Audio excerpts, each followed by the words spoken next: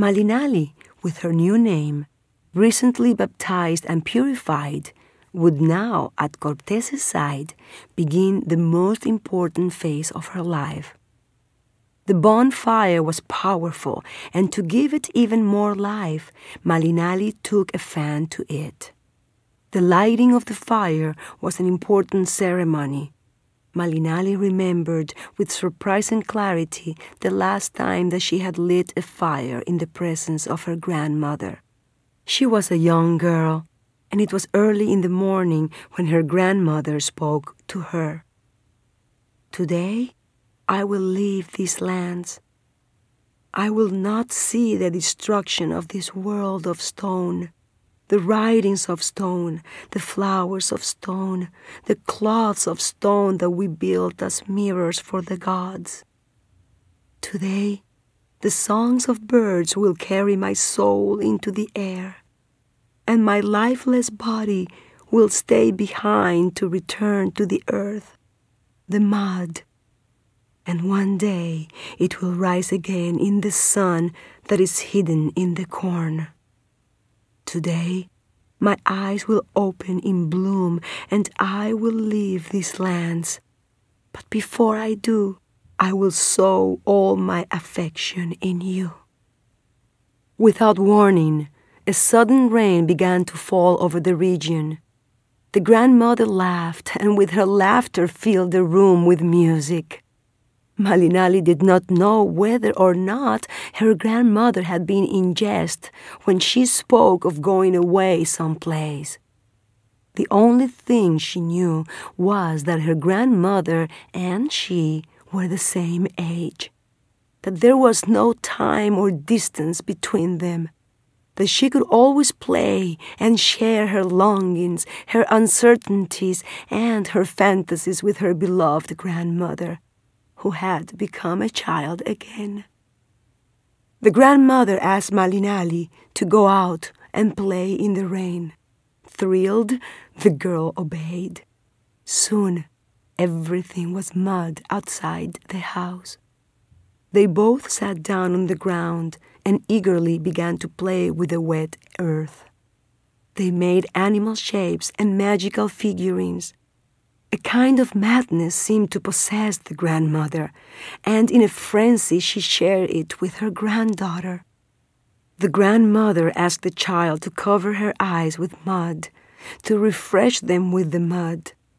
The child, amused, caressed her grandmother's face, trying to comply exactly with the old woman's crazy wishes. "Life always offers us two possibilities," the grandmother said after she was completely caked in mud. "Day and night, the eagle or the serpent, creation or destruction, punishment or mercy.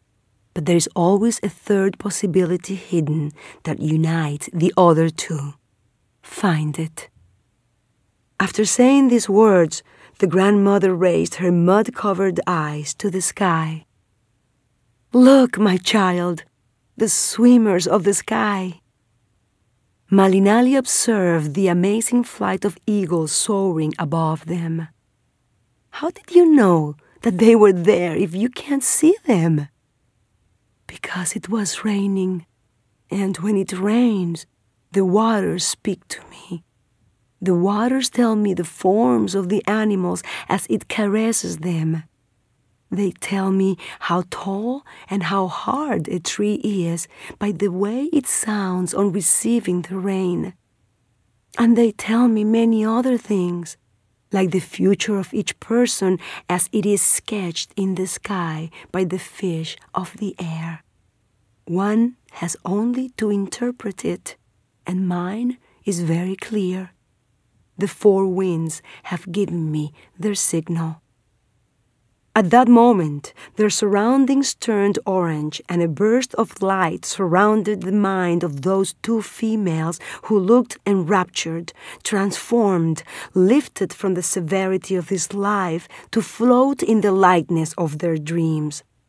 The grandmother sang in different dialects and in unintelligible voices as she embraced her granddaughter with nostalgia and eternal affection. After a while, she asked her to go gather as much dry grass as she could find. When the child had fulfilled her command, they went inside the house and built a new fire with the previous day's embers. "All birds take their shape from fire," the grandmother said as the dry branches burned. "Thought also has its origin in fire. The tongues of flame pronounce words as cold and exact as the fieriest truth that lips can utter. Remember that words can remake the universe. Any time that you feel confused, watch the fire and offer it your mind." Fascinated, Malinali watched the 1,000 shapes hidden in the fire until it had consumed itself. "Always remember," the grandmother smiled, "that there is no defeat that the fire cannot consume." The girl looked at her grandmother again and noticed how tears were flowing through the dry earth that covered her eyes. Then the grandmother took a jade necklace and bracelet from the basket where she kept her belongings, and, her voice serene as she put them on her granddaughter, she made a final blessing. "May the earth become one with the soles of your feet and keep you firm. May it sustain your body when it loses its balance. May the wind cool your ears and offer you at any hour the answers that will heal all that your anguish might invent. May the fire nourish your gaze and purify the victuals that will feed your soul. May the rain be your ally. May it offer you its caresses. Cleanse your body and mind of all that does not belong to you." The girl felt as if her grandmother was saying her goodbye. "Don't abandon me, Sitli," she said in a wounded voice. "Don't leave. I already told you that I would never leave you." And as she hugged her tightly and covered her in kisses, she offered her granddaughter to the sun. She blessed her in the name of the gods, speaking without words.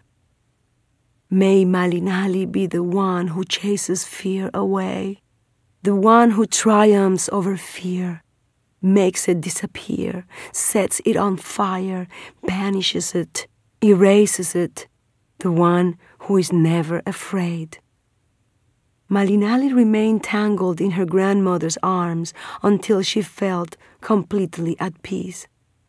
When she finally separated herself, she noticed that her grandmother was still. She had ceased to belong to time. She had evaporated from her body, and her tongue had returned to silence.